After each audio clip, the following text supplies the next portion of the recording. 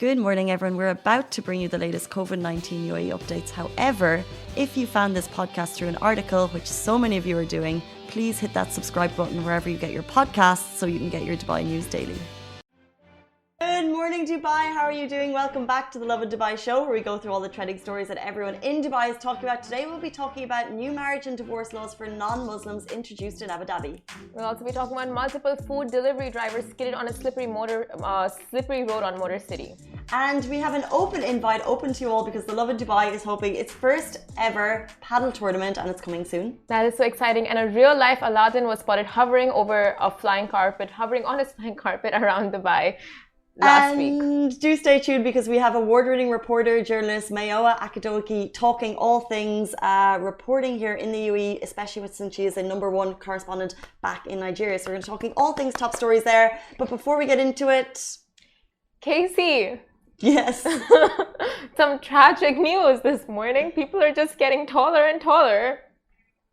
Is that tragic? Did you just sit up as you started that story? Yeah. So, interesting. Do people not want to get taller? I mean, yeah, people do want to get taller. It's great that people are getting taller, but is it good news for short people that people are getting taller? Okay, two questions. How and why is it tragic? It's tragic for short people. But if everyone's getting taller? Yeah, but what about the people that already exist?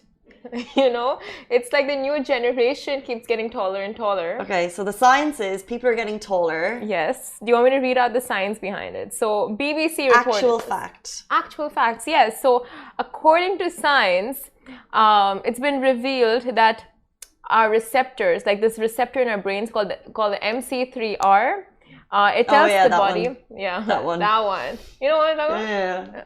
It's, so it tells the body, doesn't it make you feel like we're robots in a sense? The receptor MC3R. No. Oh my god. This is some what's that movie that you just watched recently? Free Guy? No. It's a good movie. The one with all the Matrix. The Matrix? The Matrix. Yeah, Matrix. Anyway, so this receptor tells the body that we are great on planet Earth. We've got lots of food, so we grow quickly, we hit puberty soon, make lots of babies, and technically we just grow taller faster and hit puberty faster. Really? Yeah. So interesting. I get you. Okay, so as people in their second, third decade on Earth, therefore we're not getting the benefits of the, I guess, comfort in our natural surroundings to be able to grow taller from an early age. Exactly. So we are going to be this height. Oh yeah, we will stay this height. You're going to be that height. And I'm going to be this height. Yes. We're going to be this height. We're going to stay but this. But our babies... Our babies? But do you... Like, my mom, I don't... She's like, I'm laughing. It was so cute. She's so small. And with COVID, there's less hugs. But it's like... In terms of your mom, are you taller than your mom? No, we're the same height. Okay. Did you just laugh? You know, but as you get older, you get smaller. So I reckon my mum's on the decline, on the decrease. No, your back just. Yeah, you don't. Yeah, you kind of like hunch, no? So maybe your mum hasn't. Yeah, my mum has. I hope she never hunches. But yeah, it's just horrible news. So if you have kids, they're going to be taller than you were. Yeah. Height is a funny thing, though. I think people always want what they don't have. 100%. It's always like the grass is always greener. I'm not super tall, but I always wish I was shorter. 100%. When I was short in school, the shortest, I wanted to stay that height because I'm like, it's so cute being short. And now I'm like, damn it. What did I wish for? Curses. Anyway. Is the grass always greener? Are you happy with your height? Are you guys happy? Are we making a mountain out of a molehill? Let's jump into our top story. We're talking a new marriage and divorce laws for non-Muslims in Abu Dhabi have been introduced. So also a new court has been established for specifically non-Muslim matters. It's new family law relating to divorce, child custody and inheritance. And this is all in Abu Dhabi and it was issued by President Sheikh Khalifa. So it will mean equal rights for men and women if they go to the courts. For all non-Muslims according to Abu Dhabi Judicial Department, and the law will consist in total of 20 articles that will cover civil marriage, divorce, joint custody of children and also inheritance. So it's a whole new bracket of new laws for families in Abu Dhabi, so it's worth taking a look if you're interested. One of the new laws will mean joint and equal custody of children will be granted and it means people can also divorce without needing to prove there was harm done. So if there's a dispute, the court will intervene and make a decision based on the best interest of the child. Like previously, the laws were quite different. So this is actually quite a landmark moment in family law in Abu Dhabi. That really sounds amazing. And moving on to inheritance laws. Now, if someone dies without a will, half of the estate goes to either their spouse and the other half goes to their children. Now, before this, a son always got the larger share. Now, the new marriage laws, non-Muslims can now marry without consent from the wife's guardian, and divorce can be approved without the need of family guidance or mandatory mediation sessions. So these are all kind of new laws, I guess, to modernize the system of legalities around marriage, inheritance. And one of the points was actually that we mentioned the will there, but your will should be signed at your marriage. So then therefore, if anything, if there is a divorce, then kind of the will is done, or if there's a death. There.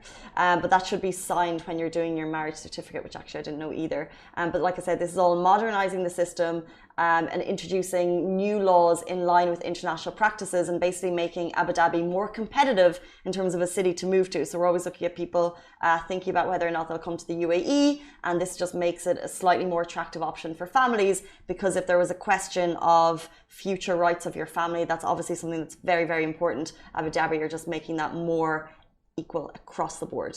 That's brilliant, like making it equal for men and women both, and just making it so easy in terms of, you know, when and if there is a complication, just knowing that, okay, we have the support, like we have the law with us, we have the country with us.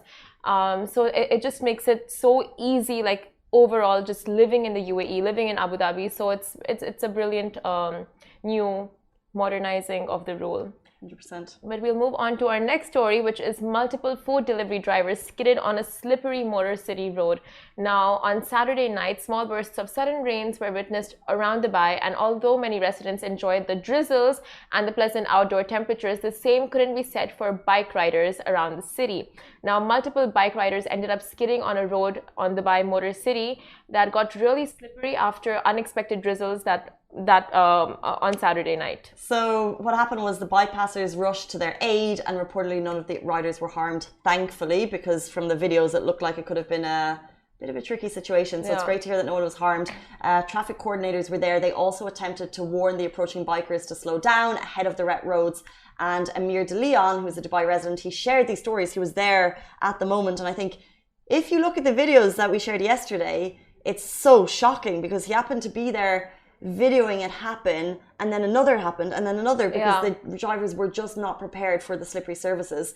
And Amir said in the video, these guys literally risked their lives delivering food for us because they were probably obviously in the middle of a delivery. Rush, like you said. Now, as the city transitions into peak tourist season, this is just a reminder to all of us to be more patient with drivers and restaurants, as resources may be limited for many, and the immense pressure to deliver on time could lead to mistakes and accidents. Moreover, Dubai peeps are also calling on restaurants and food delivery aggregators to provide drivers with padded uniforms and gear to ensure maximum on-road safety for all. And like you said yesterday, like with the Kareem story and how the timing has increased, like the wait timings, it's literally the same for this, right? Like as the tourism grows in the country, as more and more people trickle in, it just makes sense, like more food orders, more taxis, more this, more that. It's not going to be as quiet as it was before. So we just have to be a lot more patient with everything we do and expect from online deliveries. Yeah, it's a whole ecosystem, isn't it? Because we're a city that is obsessed with deliveries. We expect things in an hour, and it's interesting what you said about some calls from the public about what was it, uniform updates or something. Yeah, padded riding gear. Padded riding gear, because there are, I think we should do shout outs at this point, because there's Freedom Delivery, and they make such a note, and they put such significance on their drivers, their safety, in terms of they have like top quality gear, and you know they had that campaign where they wore this helmet so to remind people on the roads, like, I am a daughter, I'm a sister, I'm a father, I'm a son. That's so those helmets to remind people driving that, you know, we can have these conversations, but we also need like those like split-second reminders on the road that the delivery driver in front of you is also a a family member. And they put massive significance on that. So shout out to Freedom who are doing this, and more of that, please. More of that, please, for sure. And yesterday, like just to follow up on this story, Amir put up a bunch of follow-up stories, just saying like kind of screenshotting the messages he was getting in his DMs and putting it on his stories, and just showing like how absurd it is for these delivery drivers. They get paid so less, and then there is also the full issue about, you know, the on-road issue about how drivers don't take that much precautions and they want to rush and they start honking at the riders. Not only that, but then the food aggregators, and how if the deliveries are late, sometimes it comes out of their pockets. So many issues. But of course, like we know from before, Dubai is trying to regulate these problems that delivery drivers are facing, and it's, I think, up to all of us, like when we see an issue, just to highlight it and push on those, like literally push on each other as well, like, you know, okay, be patient with them, drive properly. 100%. Yeah. Great phrase. 100% agree, and I think there's always more stories coming out of this, for sure. Which we'll get to. Moving on, actually, before we move on, a quick shout out to everyone who's tuning in. We see your comments. Good morning, Imtiza. Good morning, Raj. Good morning, Shamir. We see you, and also Instagram, we see you too a little bit sometimes. Facebook, Twitter, YouTube, we go live every single Monday, every single morning. Where is my voice today? Moving into our next story, we're talking the Lovin Dubai Padel Tennis Tournament is coming. We are super excited about this, and if you're looking for a super fun way to get your 30 minutes in, look no further, because we want you to join us this year. For the very first time, Lovin Dubai is hosting the Lovin Dubai Padel Tournament in partnership with Dubai Fitness Challenge 2021. Woo! How much? How much? It's free. Oh, no. Yes, free. And it's happening on November 20th in Al Quoz. Every player involved will walk away with a Lovin Dubai swag bag, and the winners, we're going to have 2 winners because it's a team effort, will get free gym membership for an entire year, which is smashing. Flex. That is huge. Now we're inviting all. Got that now. No. My tennis arm is not. I'm trying to smash it. It's like smashing. Smash it. That was so funny. Where's the buzzer? Lol. That's what you do. It's like when you're sitting, you're messaging someone and you respond going raffle, but you're literally like deadpan. You all the time. All the time.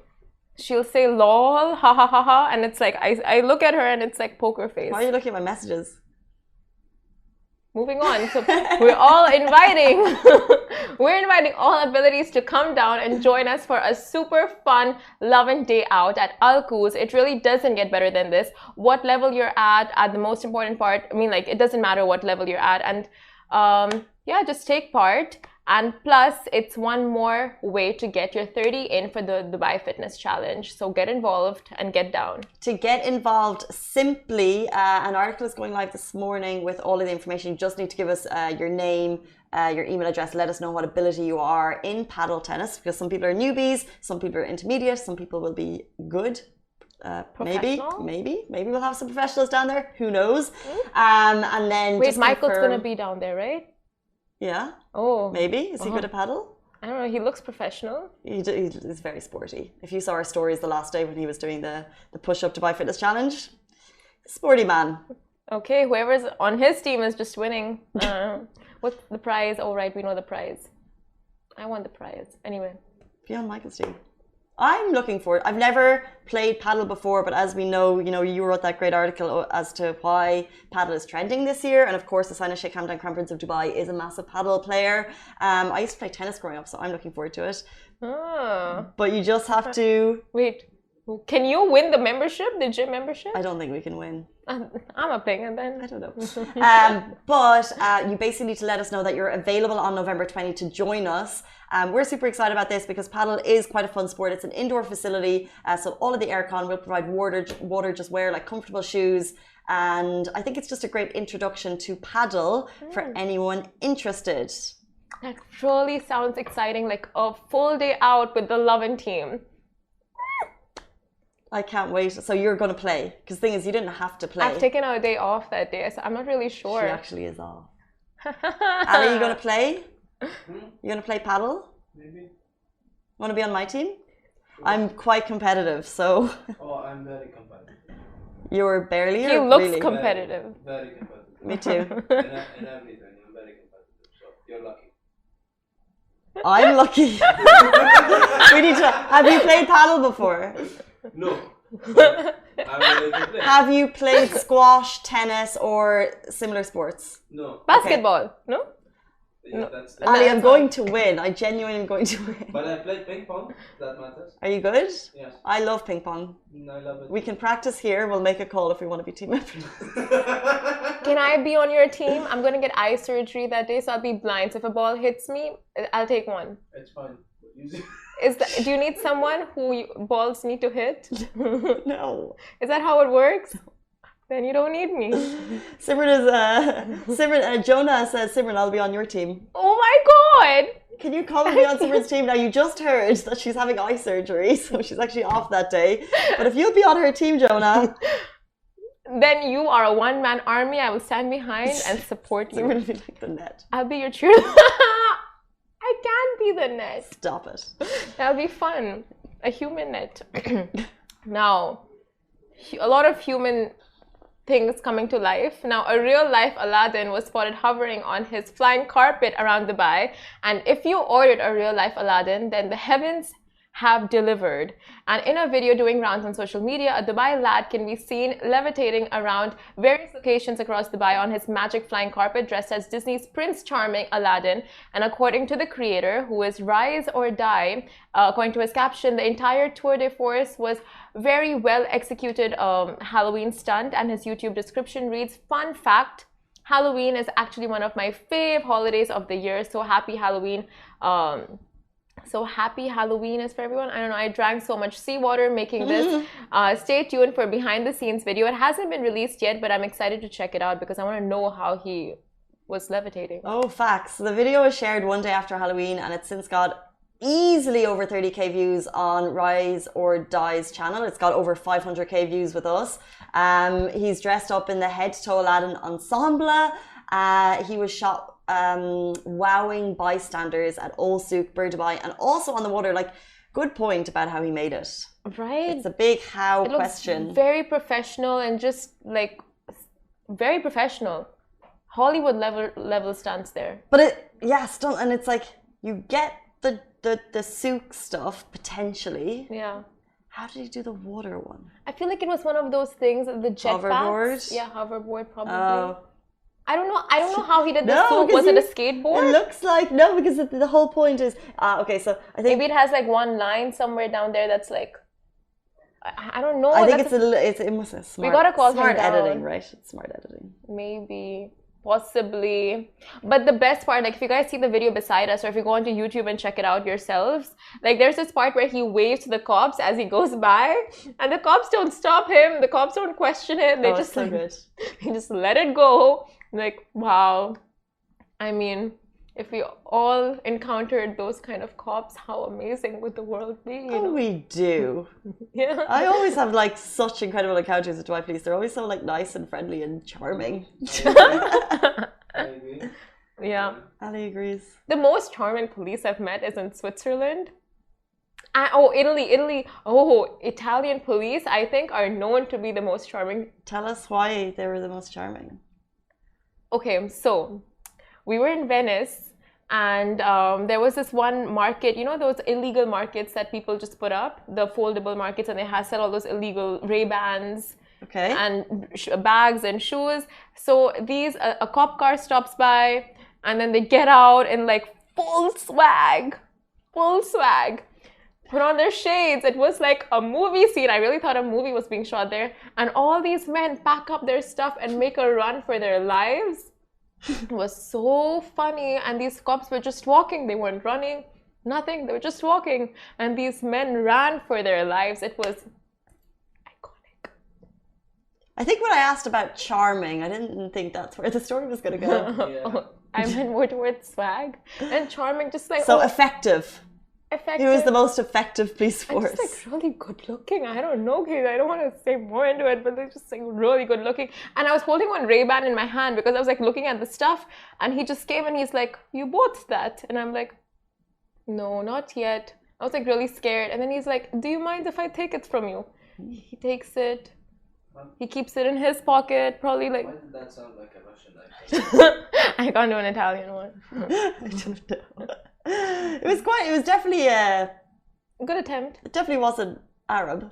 It was somewhere up there. Yeah. Italian. I don't know. Anyway. Okay. Effective, please, force. We'll move on. Guys, please stay tuned because right now we're going to be joined by Lady Mayowa, who is a woman who reports on stories of global and African interest in the Middle East and has interviewed several high personalities here in the UAE, the US, the UK, and across Africa. So stay tuned. She's going to be joining us right after this.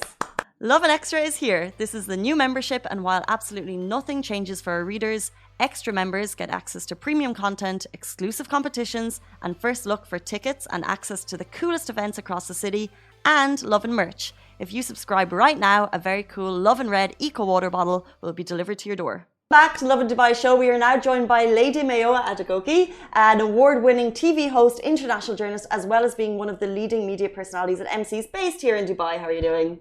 Great. I'm great. Feels great to be here. We're so excited to have you. And interesting, what you just said before we went live, you are now the interviewer being interviewed. I know. How does the prep change? How does that feel? I think it's not so much work because you know the drill. I know the drill. But it's an interesting dynamic to be, now on the other side. So feels good, I guess. Do you have to research yourself, I guess? Because when you're going to interview someone, you research them. No. I just mentally prepare. Yeah, I think that's it. You don't I know everything about myself, I guess. Well, let's see. I have some... Oh my gosh, now I'm scared. No, let's start with who you are and what you do. Give our audience a bit of an insight as to your role here in Dubai. Thank you. So my name is Mayowa Adegoke. I'm a journalist, TV host. I've been doing journalism for about 10 years now. Wife, mom, author. There's so much to say. But I think one of the things that I love to be known for, that I take pride in, is being a leading African journalist here in the GCC in Dubai, telling African stories for the global audience and telling the stories from here. So I think that's one of the things I really take pride in. And coming to Dubai, honestly, took my career to like a whole new level, being able to represent an entire people, amplify their stories and their voices. So that's one thing I take a lot of pride in. Amazing. We'll get to some of those stories that have really touched a lot of people shortly. But let's go back. So you've been here for 10 years and you said... In media for 10 years. In Dubai for 2 years now. So tell us how your career in journalism actually started. Started 2013 with Channels Television, Top TV Nigeria. And I started as a blogger. I wanted to be a reporter, but I started as a blogger, writing for the website. 8 months later, they auditioned me for TV. I started presenting the entertainment show, and then gradually grew up to producing the show, then later reading the news. So my career has really taken that upward trajectory. It's been an amazing run, building a brand and just being given that room to grow and expand. And, coming to Dubai just took it like next level. So being, let's say, for example, producing and having an incredible role in Nigeria, what was it like breaking into the industry here? And was it daunting or was it easy? Were people welcoming? I wouldn't say it was easy because the first few months was a bit rough when you come into a new place where you don't really know anyone. It's a whole new industry and every industry is different, even though it's media, the culture is different, the processes are different. So coming here, I think the major task was getting access, meeting people, networking, getting access, and knowing what the rules were. Where do I register? What do I register? All of those things. And I think with time, things opened up. And I think Dubai is a really great place in the sense that you get one email somewhere. You don't even have to know them. Just find it somewhere, send an email. Hi, I'm this. I'd like to do this. So I'd say that I got a lot of help. But was it easy? No, but it's definitely worth it. But it's a whole new graft, right? Because you're in a new city. And you stayed working, reporting back. Why has that been important to you to kind of tell, let's say, for example, Nigerian and African stories here in Dubai? Why is that important to you? I'm Nigerian. I'm African. No matter where I go, no matter where I call home, I would always be that. And I think that sticking close to that identity, making sure that I represent my people wherever I go, being a voice and amplifying their voices, for me, that's like my life mission. I'm in media. I'm stuck with media. I love media. So why not use that platform to amplify voices? And you know, Casey, that when it comes to Africa and Nigeria, there's so many negative stories. I feel like the world sometimes is obsessed with the negatives about Africa. I'm looking to change that. Like, guys, wake up. The world is really the same. There's good news, there's great news, there's bad news. Question is, which one are you focusing on? So I'm just here making sure that regardless of any story I tell, I'm also showing the world that there's beauty and there's a lot that's positive about Africa. So yeah, that's important for me. Well, then if that's the case, let's look at the positive stories. The last one that really touched us was Possible. We had him here in studio. Yes. But talk to us about, let's say, one particular story that you really felt shone a positive light on Nigeria. So quick one, Possible story I actually found on Lovin Dubai. I needed to mention that. So thank you guys for... Well, not at all, because we get DMs. Luckily, we have this platform that people just send in the video, and then it's thanks to the people who were touched by his music that it went viral. Thank you, people. Know? But you guys decided to put it on your platform. And thank you. I've got to say thank you. So secondly, I think one of the stories that I've done... And well, even let's look at Possible. How did that, you told that story back to Nigeria. How was that received? Amazingly well. People loved his story. You know, with Nigerian youths, it just shows the resilience and the fact that Nigerian youths all over the world, they've got talent. Irrespective of the situations they find themselves in, they've got talent, and we have honest to God Nigerians who are doing fantastically well. So wherever they go, they just bring their light, and that story really gained a lot of traction back home. People love this story, and I'm looking forward to telling more stories about Possible. I'm personally interested in his story, 100%. So I'd reach out and say, hey, do this, do that. This is one way you can go about stuff. So I'm looking forward to him performing on a big stage in Dubai and reporting that. Amazing. Well, in case you guys missed it, so Possible is a security guard here in Dubai, and someone took a video of him playing piano in his building, and he was just incredibly talented. And so his story is gone. And so the point was to get him more gigs, right? Yeah. And is that what's happening? Well, he almost got on the All Africa Festival. But some issues, circumstances beyond control, he wasn't able to do that. He was present at the show, but wasn't able to perform. Fingers crossed, the next edition next year, he will be on stage. This community is really supportive of him. We're really looking to put him on platforms. So yes, you would definitely hear a lot more about Possible in the African community here in Dubai. Amazing. And I did interrupt you a second ago, so I want to go back into your... So that story. Yes. So that story would be the story of a Nigerian mom. I don't know if you read it. It was on Khalid Times at some point. Take us through it. A Nigerian mom who is married to a cook, both low-income earners, and then she was pregnant, quadruplets, and gave birth a month before due date. So the plan was to go to Nigeria to go deliver because it'd be cheaper, she'd have family, but there was COVID. Well, there's still COVID, but at the time we had all those air restrictions, people couldn't really travel. So she couldn't get a flight back home and gave birth here via emergency. Babies were in ICU. This was a month to due date. So you can imagine all 4 babies in the ICU. They were racking up bills at the hospital. Wow. So that was one huge story. These two, this couple didn't have anyone to turn to. So you had a group of Nigerians who came around them trying to help and get support. I think it got on Khalid Times, and that's where it started getting traction. I saw it one time. So the group reached out to me to say, hey, this is one story that we think you should talk about. And definitely that's human angle. I love human angle stories. And for me, that touches my mission to use media for positive, right? So I reported the story, gained a lot of traction, the Nigerian government, the Nigerian people, everyone trying to say, how do we contact these people? How can we help them? And the story started gaining traction, eventually got on CNN Africa. And next thing you know, I'm not sure which article Sheikh Hamdan's handlers saw, and they sorted all the bill, everything. Wow. So for me, the fact that I was able to chip in my bit to that point, that's changing someone's life. That's so powerful. So they might forget me, but I would never forget them. And that is literally, that's a positive story of the media here that also is probably less told, but like that's literally what the media's role there was, to get that family help. So well done, that's incredible. But let's, for example, so media reporter, award-winning journalist, mom, Wife. author. Yes. One thing, so for example, we always talk about communities in Dubai. Let's say, for example, I am Irish, so I'll always bring up the Irish community. And I was having a conversation with someone about moving to the UAE and problems that we have. But you have written a book called Moving to the UAE.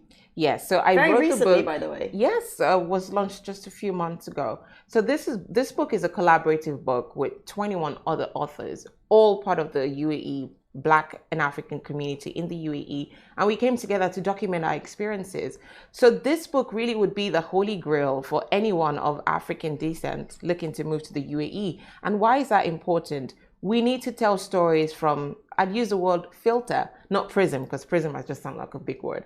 But we need to tell it from our angles, because no one can tell our stories better than ourselves. We understand where we come from, the culture, the mannerisms, just the way things are done. And we understand now, having lived here, how things are done here. So we're able to tell people of like minds, of like culture, like experiences to say, I know where you're coming from. I know where you are coming to. This is how you should toe that part. So I think that's one book that a lot of people would need to get their hands on, because you not only have business people, you have teachers, you have pilots, you have really documents our experience as a community, because you have different people. I, as a journalist, I got to tell my own story, how marriage brought me to Dubai and how I was able to just navigate. And now I'm here. That's a testament to something, right? So that's me telling a story. Plus, I'm writing my own book on that experience. So yes, so much to say. And so within that book, 21 authors, so different experiences. So you personally document your own experience so people can learn from you. What type of challenges might, for example, someone from Nigeria looking to move to Dubai, what challenges might they face? Information is the biggest challenge. People don't know. So that's one thing. And in any space where you find that you don't have credible information, it means that you give room for people with funny business to come in that space and pollute it. And we don't want that to happen. We don't want anyone, for instance, anywhere in any part of the world to fall into the wrong hands because they didn't have the right information. So I think all of the challenges can be summarized into one thing: information, resource persons. Who do you go to? Who's the right person to go to? So we, the authors, 22 of all of us who have come together to write this book, we are like your point of contact. So we've put ourselves out there to say, look, we are the good people, right? If you need anything, we've put a book together. If you need more information, we are able to guide you and help you to say, these are the right people to go to. Don't just go anywhere where your money ends up in the wrong place. And a lot of that happens. Okay. So I think that's one important thing: information and access. Interesting. Speaking of stories, and I think at the beginning you said that people always kind of consume the negative stories. Yeah. And it's true of all media, I must say. But one of the biggest ones that we covered here was the Hush Puppy story. What was that like, you covering so kind of an international gangster, I guess? Yeah. He had his fame here in Dubai, I think, when he was just posting really lavish stories, but he turned out to be one of the biggest kind of money launderers in the world. I think there's a Netflix film coming up about it. And then he was eventually apprehended by the FBI and the UAE in like a joint crazy video where they... And unfortunately, that Nigerian theme is in that mix. So this is the thing. What was that like for covering you, to tell the story and also knowing that it sheds a bad light on Nigeria? On the people. I think that's one of the stories I wish I didn't have to tell, but you just have to do it. And I think that the community came together at the time to say, we do not associate with this. This doesn't represent us. It's just one bad egg.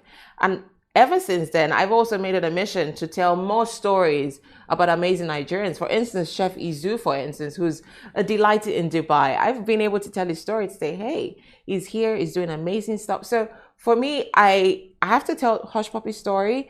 And it's also important to capture the voice of the community to say, we do not associate with that. That's not us, doesn't represent us. So I'm happy I was able to put that narrative around it, because sometimes people just run with the story, Hush Puppy, Nigerian, bad guy, and then bad people. No, that's not the story. It's one bad egg, but we have countless, many other stories. So if you're looking for more positive Nigerian stories, you know who to come to. Well, speaking of positive Nigerian stories, before we finish up, you were actually named one of 12 inspiring and entrepreneurial women in the UAE in 2021 by the UAE African Networking Group. That's incredible. So before we finish up, how does that feel to be really spreading the positive stories and the good stories of the Nigerian community? First, I must say I'm honored. And sometimes when you see, like I was pretty much putting together my profile a few days ago and writing that, I think someone would read that and be like, wow, she's so amazing.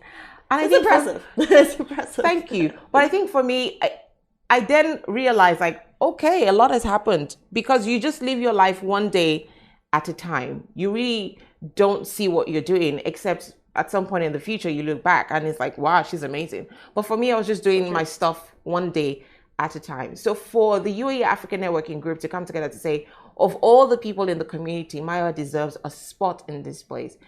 It's like a nod to say, wow, I think I'm doing something great. And it's an encouragement to say you can do better, you can do more. Because at times, no matter how fantastic you love your job, right? There are days when you maybe feel discouraged, you may feel exhausted, you may feel, you know what, why am I not some rich woman who just sits in the house, take a holiday every 6 months? So there are times where you get discouraged, but when you see recognition like that, you're given that push to keep going. There's a lot of work to be done. And let me just take this opportunity to say, there's room for more people, more African media people, more journalists. There's room here in Dubai, there's room in the Middle East to come in and take, because I feel overwhelmed now. There's so much going on. Wow. I need more people to come. Yeah. We need more people. That's amazing. Like, I love that you're inclusive, you're gathering people to tell better stories. And I just think it's what you're doing is so positive. And even just listening to you today and how you share the positive and the good stories, it's just fantastic. Good, happy media people, it is a thing. And I want to call you Lady Mayowa because that's your Instagram handle. Yes, please. This is what I think you're saying, that I was like, but that's not, I was like, what do I call you? But if people want to get in touch with you, if people want information about your book or your new coming book, how can they reach out to you? Social. I feel like I live on Instagram. So it's very easy to find me on Instagram. It's at the Lady Mayowa. I'm sure Lovin Dubai has it somewhere on their page. So yeah, you can reach out to me. Feel free to DM and I respond to DMs, so yeah, that's the easiest way. Okay.